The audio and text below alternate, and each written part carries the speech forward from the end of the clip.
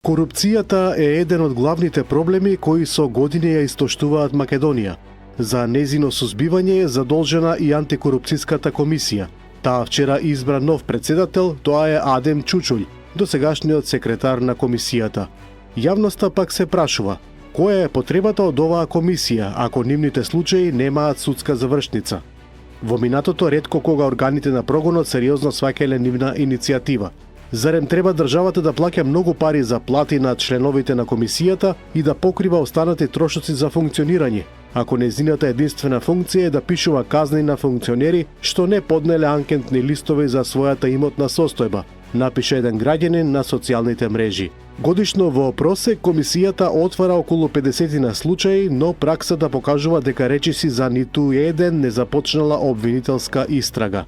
Ке се избори ли новиот председател, работите да не бидат такви и во иднина?